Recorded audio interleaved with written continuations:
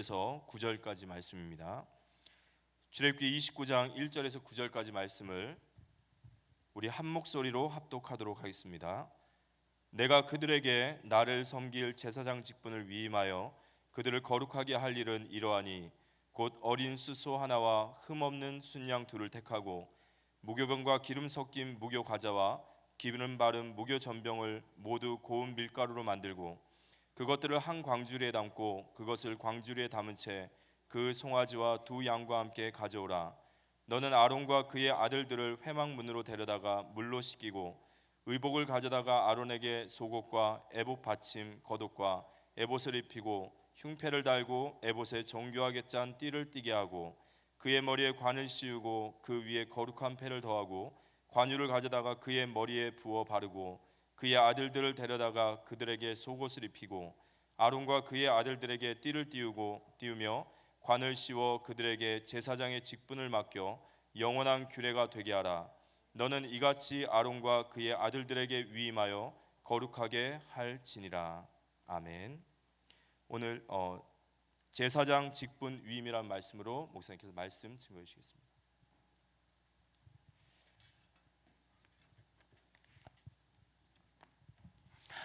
수요 예배 나오신 여러분에게 하나님의 큰 은혜와 축복이 있게 되기를 바랍니다.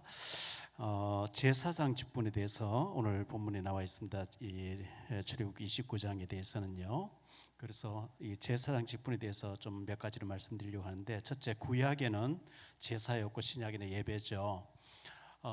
구약에는 제물을 가지고 하나님 앞 제사를 드려야 되는데 반드시 피제사가 들어있어야 돼요. 피는 생명을 상징하잖아요. 그래서 아벨은 피제사 드리고 가인은 이제 농사지은 걸로 드렸는데 이제 사람들이 묻기를 가인은 그 농사짓기 때문에 당연히 그 뭐 농작물 가지고 드리는 게 맞고 아벨은 양을 치는 자였기 때문에 양을 드리는 건 맞는 게 아니냐 이렇게 얘기하는데, 요한 1서 3장 12절에 보면은 가인은 악한 자에 속했다, 구원받지 못했다 이랬거든요. 아벨이 제사 드릴 때 흉내 낸 거죠. 이제 하나님 응답 받는 걸 보고, 근데 하나님 그걸 받지 않았고 결국은 이제 살인을 하게 되고 이렇게 하는 걸 보게 되는데, 피제사 꼭 들어가야 돼요. 레위기서 17장 11절에 보면 이렇게 말씀합니다. 레위기서 17장 11절에 육체의 생명은 피에 있음이라 내가 이 피를 너희에게 주어 제단에 뿌려 너희의 생명을 위하여 속죄하게 하였나니 생명이 피에 있으므로 피가 죄를 속하느니라 이렇게 말씀하고 있죠. 반드시 피제사가 구원을 상징하기 때문에 히브리서 9장 22절에도 얘기하고 있습니다. 율법을 따라 거의 모든 물건이 피로서 정결하게 되나니 피 흘림이 없은즉 사함이 없느니라. 예수님의 십자가의 보혈의 이 피, 이게 중요한 거거든요. 피를 상징하는 구약의 양의 피, 이걸 드렸고요. 오죽하면 요한복음 1장 26절이나 36절에 보면 1장 29절 36절에 보면 보라 세상 죄를 지고 하는 하나님 어린 양이라, 어린 양의 피를 드렸는데 예수님을 어린 양이라고 표현했어요. 창세기 3장 15절에 범죄하고 나니까 하나님께서 말씀했잖아요. 내가 너로 여자와 원수가 되게 하고 내 후손도 여자의 후손과 원수가 되게 하겠다. 그렇게 말씀하면서 여자의 후손이 와서 뱀의 머리를 깨뜨릴 것이라. 그래서 21절 창세기 3장 21절에 보면 가죽옷을 해 입혔다 이렇게 말씀하고 있거든요. 무화과나무 잎이 너희 하체를 가려주는 게 아니고 이 가죽옷, 짐승이 죽어서 가죽옷, 피가 뚝뚝 떨어지는 가죽옷을 덮어주면서 이게 너희 수치를 가려주는 것처럼 여자의 후손이 와서 이렇게 희생 제물이 되어 줌으로 너희가 구원받게 될 것이다. 그것을 기억하면서 피제사를 드려라. 이 피제사를 그래서 구약에 드려서 있는데요. 구약에 기름 부음 받은 자가 세 종류의 사람이 있었잖아요. 그게 이제 선지자, 왕, 제사장, 이 세 종류의 사람이 취임식할 때 머리에 기름을 부었는데, 선지자는 하나님의 말씀 받아서 백성들이 전하는 사람이고, 왕은 백성의 대표, 백성을 다스리는 자로 기름 부음 받고 하나님 뜻대로 다스리도록 위임 받은 자고, 제사장은 백성들의 죄 문제를 가지고 하나님 앞에 들어가서 양이나 비둘기를 잡아가지고 이 죄 문제를 해결해 준 자를 제사장이라 그랬는데 여기 대해서 제사장은 지금 신약 시대에 선지자 역할도 되고 목회자, 이 제사장 예배를 인도하는 자가 되는데 굉장히 중요하거든요. 성경 뭐라고 얘기하냐면 레위 지파와 아론의 후손들, 레위 지파와 아론의 후손들이 나오는데 레위 지파는 예배를 드리는 성전에서 봉사하도록 돼 있어요. 여러 가지 봉사, 요즘 말로 하면 성가대도 하고 여러 가지 봉사하는 일을 하게. 왜? 땅을 분배받지 않았기 때문에. 근데 아론의 후손들이 제사장 직무를 행하도록 그렇게 하나님이 명령하셨어요. 그런데 민수기 22장부터 25장에 보면 타락한 선자 발람이 나오잖아요. 이 발람이 모압 왕 발락의 뇌물을 받고 여호와 이름으로 이제 이스라엘 백성을 저주하려고 하다가 나귀에게 책망을 듣고 잘못되는 걸 보여주거든요. 여호수아 13장 22절에 보면 이스라엘 자손이 모든 사람을 칼로 이를 살려고 하는 가운데 부올의 아들 점술과 발람도 칼날로 죽였다 이런 말씀 나오거든요. 점술과 같이 이 선지자가 타락돼 있어요. 뇌물을 받고. 그래서 베드로후서 2장 15절 16절에는 이렇게 말씀합니다. 그들은 바른 길을 떠나 미혹되어 부올의 아들 발람의 길을 따르는도다. 그는 불의한 삭을 위하여 사랑하다가 자기의 불법으로 말미암아 책망을 받는데 말하지 못한 나귀가 사람의 소리로 말하여 이 선자의 미친 행동을 저지하였다. 이렇게 베드로 사도를 통해서 이 발람 선자를 지적하고 있고요. 민수기 25장 그 14절로 15절에 보면 이 축복하려고 하면 저주거나 자꾸 이렇게 되니까 마지막 뇌물 받고 여자들이 나체로 바알에게 남자들을 유혹해서 바알에게 제사 진대로 해라. 그래서 그 일 때문에 하루에 2만 4천 명이 죽는 비극이 벌어졌는데 그 이스라엘의 시므리라는 사람이 미디안 여자 고스비라고 하는 여자를 데려와서 아예 그 이스라엘 진으로 데려들어왔어요. 그때 아론의 손자였던 비느하스가 너무 그 분노를 가지고 두 사람을 찔러 죽였대요. 민수기 25장에 나온 얘기죠. 그랬더니만은 민수기 25장의 7절 13절에 보면 그 얘기 나오는데 하나님께서 비느하스가 여호와의 질투심으로 죄를 막았기 때문에 악을 막았기 때문에 이 아론의 후손들이 영원히 제사장 된다. 변하지 않는 하나님의 말씀이었는데 이걸 바꿀 수가 없는 하나님의 그 뜻이니까요. 그랬어야 되는데 그 다음에 두 번째로 생각할 말씀은 고라의 반역이 나와요. 민수기 16장 1절 50절에 나오는 얘기인데 민수기 16장 1절로 3절을 보죠. 고라 자손이 이걸 반역을 하게 되는데 레위의 증손 고하스 손자 이스할의 아들 고라와 보세요. 고라는 레위 후손이에요. 르벤은 장자 야곱의 첫 번째 아들인데 르벤 지파가 땅을 받았는데 전혀 이 제사장하고 상관이 없는데 르벤 자손 엘리압의 아들 다단과 아비람과 벨렛의 아들 온이 당을 짓고 고라하고 이 르벤 지파의 온하고 당을 짓고 이스라엘 자손 총회에서 택함을 받은 자 곧 회중 가운데에서 이름 있는 지휘관 250명 지휘관 250명을 또 당을 지어가지고 모세를 거스렸다. 하나님을 거스른 거죠. 3절요. 그들이 모여서 모세와 아론을 거슬러 그들에게 이르되 너희가 분수에 지나도다. 회중이 다 각각 거룩하고 뭐 이렇게 여호와께서도 그들 중 계시거늘 너희가 어찌하여 여호와의 총회 위에 스스로 높이느냐 이렇게 말하면서 25장 10절에 보면요. 민수기 25장 10절에 아예 제사장 직분을 내놔라 이렇게 얘기해요. 그래서 모세가 굉장히 화를 내거든요. 그래가지고 하나님이 너와 내 모든 형제 레위 자손으로 너와 함께 가까이 오게 하셨거늘 너희가 오히려 제사장의 직분을 구하느냐. 민수기 25장 31절로 35절에 보면 땅이 갈라져 가지고 이 고라 집안을 완전히 삼켜버려요. 여러분 같이 이렇게 얘기하다 땅이 갑자기 갈라져 가지고 확 빠져 죽으면 얼마나 놀라겠어요. 그래 막 소리 지르고 막 그 놀라서 그런데 하나님께서 굉장히 이제 분노하신 거죠. 그리고 민수기 25장 49절에 보면 고라의 일로 죽은 자 외에 연병으로 죽은 자가 14,700명이었더라. 어마어마하게 사람이 죽었어요. 그리고 250명이 불타서 죽고요. 그런데 민수기 26장 11절에 보면 고라의 아들들은 죽지 아니하였더라. 고라 집안이 완전히 땅이 갈라서 죽고 모세를 대항하면서 제사장 직분 내놔라 이렇게 했다가 땅이 갈라 죽는데 고라의 아들들은 아버지의 그 당지인데 가담하지 않는 거예요. 그래서 아들들은 죽지 않았다 이렇게 기록하고 있어요. 참 중요한 얘기죠. 뭐 시골 교회가 이제 100년씩 된 교회 저희 고향 같은 데도 보면요 오래됐잖아요. 그런데 이제 목사님들이 이렇게 한 번씩 바뀌는데 3년 5년쯤 지나면은 들을 거 없다 하면서 장로님 한 분, 네 두 분이 계속 목사님을 쫓아내는 데 앞장서는 사람을 많이 보거든요. 절대 그 집안은 잘 안 돼요.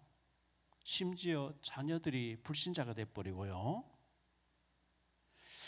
이 목회자가 왔다 갔다 하는 것은 전적으로 하나님의 주권이고 하나님 앞에 맡겨서 하나님 하셔야 되는데 사람이 목사인데 시비 걸고 내쫓고 자기 마음대로 데려오고 또 내쫓고 이런 걸 많이 하는 걸 보는데 자녀들까지 망하는 걸 많이 봐요. 참 이게 조심해야 될 부분이거든요. 고라 자손들 고라가 당을 짓고 250명과 더불어 르벤 지파의 당 그 온이라는 사람하고 합해가지고 250명을 선동해가지고 했는데 땅이 갈라져서 완전히 죽어버렸으니까요. 세 번째로 생각할 말씀은 사울의 잘못이에요. 사울 왕, 이스라엘 초대 왕 사울이었잖아요. 사무엘상 13장 1절 23절에 나오는 얘기 중에서 사무엘상 13장 8절로 14절을 한번 보도록 하겠습니다. 사울은 사무엘이 정한 기한대로 이레 동안을 기다렸으나 사무엘이 길갈로 오지 아니하며 백성이 사울에서 흩어지는지라 사울이 이르되 번제와 화목제물을 이리로 가져오라 하여 번제를 드렸더니 번제 드리기를 마치자 사무엘이 온지라 사울이 나가 맞으며 문안하며 사무엘이 이르되 왕이 행하신 것이 무엇이냐 하니 사울이 이르되 백성은 내게서 흩어지고 당신은 정한 날 안에 오지 아니하고 블레셋 사람 mik마스에 모였음을 내가 보았으므로 이에 내가 이르기를 블레셋 사람들이 나를 치러 길갈로 내려오겠거늘 내가 여호와께 은혜를 간구하지 못하였다 하고 부득이하여 번제를 드렸나이다 하니라. 사무엘이 사울에게 이르되 왕이 망령되이 행하였도다. 왕의 하나님 여호와께서 왕에게 내리신 명령을 지키지 아니하였도다. 그리하였더라면 여호와께서 이스라엘 위에 왕의 나라를 영원히 세우셨을 것이거늘 지금은 왕의 나라가 길지 못할 것이라. 여호와께서 왕에게 명령하신 바를 왕이 지키지 아니하였으므로 여호와께서는 그의 마음에 맞는 사람과 여호와께서 그를 그의 백성의 지도자 삼으셨나이다 하고 이렇게 말씀하고 있어요. 자, 이 일이 왜 이렇게 났느냐 하니까 사무엘상 10장 8절에 보면 이렇게 나와요. 너는 나보다 앞서 길갈로 내려가라. 내가 네게로 내려가서 번제와 화목제를 드리리니 내가 네게 가서 네가 행할 것을 가르칠 때까지 7일 동안 기다려. 사무엘이 사울 보고 7일 동안 기다려라. 그런데 기다리는 동안에 안 왔다고 해서 마음대로 제사를 드려버렸어요. 뭐 우리가 얘기해서 생각할 때 예배 뭐 드리는 잘못됐냐, 제사 드리는 잘못됐냐 할 수 있는데 대제사장인 이 사무엘이 드려야 될 것을 사울 왕이 망령되이 행했거든요. 그래서 왕이 망령되이 행했다 이러면서 왕의 이제 날이 길지 못할 것이다. 사무엘이 굉장히 화를 내면서 이제 그렇게 책망했는데요. 사울 왕의 그 교만은 뭐 우리가 너무 잘 아는 것이고 집안이 완전 망해버리잖아요. 왕이 되고 난 뒤 교만해져 가지고 하나님 명령을 따르지 않고 마음대로 제사 지내고 이렇게 했는데 비참하게 사울 집안이 망하는 걸 성경은 사무엘상 상에서 기록하고 있어요. 네 번째, 우시야 왕이 제사장에게 해야 될 일을 도전하다가 나병에 걸린 얘기가 나오죠. 역대하 26장에 나오는 얘기인데요. 남조 유다의 10번째 왕이었던 우시야 왕이 있는데 16살의 왕이 돼서 52년 동안 장기 집권할 사람이에요. 그런데 역대하 26장 5절에 보면 이렇게 말씀하고 있어요. 하나님의 묵시를 밝히 아는 대제사장이죠. 제사장 스가랴가 산 날에 하나님을 찾았고 그가 여호와를 찾을 동안에 하나님이 형통하게 하셨다는 거예요. 우시야 왕에게요. 근데 역대하 26장 16절로 19절을 보겠습니다. 그가 강성하여짐에, 보세요. 우시야 왕이 강성해지고 나니까 그의 마음이 교만해. 참 이게 참 저도 조심해야 될 부분이고요. 좀 잘 되면 인간이 교만에 빠져요. 강성해지니까 그의 마음이 교만하여 악을 행하여 그의 하나님 여호와께 범죄하되 곧 여호와의 성전에 들어가서 향단에 분향하려 한지라. 제사장 아사랴가 여호와의 용맹한 제사장 80명을 데리고 그의 뒤를 따라 들어가서 우시야 왕 곁에 서서 그에게 이르되 우시야여, 여호와께 분향하는 일은 왕이 할 바가 아니요 오직 분향하기 위하여 구별함을 받은 아론의 자손 제사장들이 할 바니 성소에서 나가소서. 왕이 범죄하였으니 하나님 여호와께서 영광을 얻지 못하리이다. 우시야가 손으로 향로를 잡고 분향하려 하다가 화를 내니, 제사장에서 화를 확 내는 거예요. 그가 제사장에게 화를 낼 때에 여호와의 전안 향단 곁 제사장들 앞에서 그의 이마에 나병이 생긴지라. 무섭죠. 나병이 확 걸려버린 거예요. 하나님 축복해 주니까 교만해지고, 교만해지 끝이 제사 물러가라. 내가 하나님 앞에 제사하겠어. 여기까지 가버린 거예요. 범하지 말, 가서는 안 되는, 도달하면 안 되는 거기를 가버린 거예요. 나병이 걸리니까 이제 왕으로 있지도 못하고. 역대하 26장 21절을 볼게요. 역대하 26장 21절에 우시야 왕이 죽는 날까지 나병 환자가 되매 여호와의 전에서 끊어져 별궁에 살았으므로 그의 아들 요담이 왕궁을 관리한 백성을 다스렸다. 나병 들어보니까 비참해져 버리죠. 사람 접촉도 안 되지고 교만해서 하나님께 제사 드리는 것을 왕이 마음대로 해보겠다 하다가 하나님이 저주를 받는 모습을 보여줍니다. 다섯 번째, 엘리 제사장을 우리가 잘 알고 있죠. 엘리 대제사장이죠. 사무엘상 2장 12절로 17절에 보면요, 엘리의 아들들은 행실이 나빠 여호와를 알지 못하였더라. 그 제사장들이 백성에게 행하는 관습이 이러하니 곧 어떤 사람이 제사를 드리고 그 고기를 삶을 때에 제사장의 사환이 손에 3살 갈고리를 가지고 와서 그것을 냄비에나 솥에나 큰 솥에나 가마에 찔러 넣어 갈고리 걸려 나오는 것은 제사장이 자기 것으로 가지되 실로에서 그곳에 온 모든 이스라엘 사람에게 이같이 할 뿐 아니라 기름을 태우기 전에도 제사장의 사원이 와서 제사 드리는 사람에게 이르기를 제사장에 구워드릴 고기를 내라.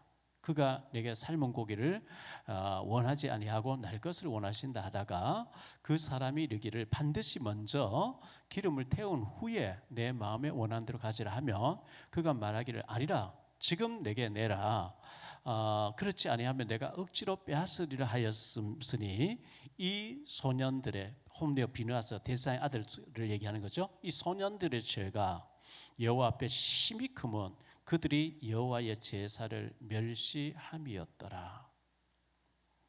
이 하나님께 범죄, 이거는 정말 답이 없어요. 하나님의 진노를 가져오기 때문에. 그래서 그 사무엘상 그 3장에서 하나님이 사무엘을 부르시잖아요. 사무엘아, 사무엘이 아직 어려가지고 한 번도 그 하나님 경험이 없는데 대제사장 엘리에게 가서 아버지께서를 부르셔서 왔습니다. 나 너 부르지 않았느라 가서 누구거라. 또 불러 3번째 불러서 엘리 찾아가니까 엘리가 여호와께서 얘를 부르시는 거로 해서 네가 누웠다가 또 사무엘아 하시거든 여호와여 말씀하옵소서 주의 종이 듣겠나이다 해라. 들었어요. 들었는데 그 다음날 아침이 되니까 엘리가 사무엘을 부르잖아요. 어젯밤에 여호와께서 네게 뭐라고 했는지 하나도 놓치지 말고 다 얘기해라. 그래서 싹 다 얘기해요. 엘리 집안에 젊어서 사람 다 죽을 것이고 이제 완전히 망한다는 얘기를 했어요. 그러면 이 엘리 대제사장이 옷을 찢고 하나님 앞에 회개하고 뭐 이렇게 긍휼을 구해야 되는데 알았다 이러고 그냥 넘어가요.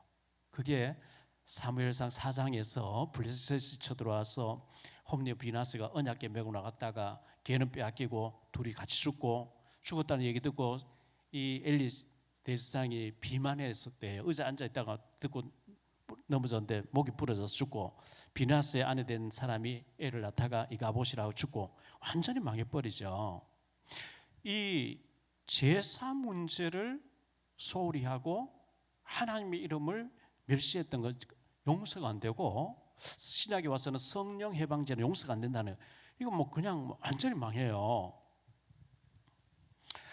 결론적으로 말씀 맺겠습니다. 이 29장에 아론의 자녀 제사장 직분을 기름을 발라서 행해라. 제사장 직분에 대해서 나와 있는데요. 구약에는 제사고 신약에는 예배입니다. 구약에는 짐승의 양의 피. 그런데 보통 사람들은 양의 피를 또 가난한 사람은 비둘기 피를 드리는데 1절에 보면 29장 1절에 보면 제사장의 그 직분을 위임식할 때 어린 수소를 드리라 그랬어요. 수소와 수양을 드리라. 제사장은 송아지를 드려야 돼요.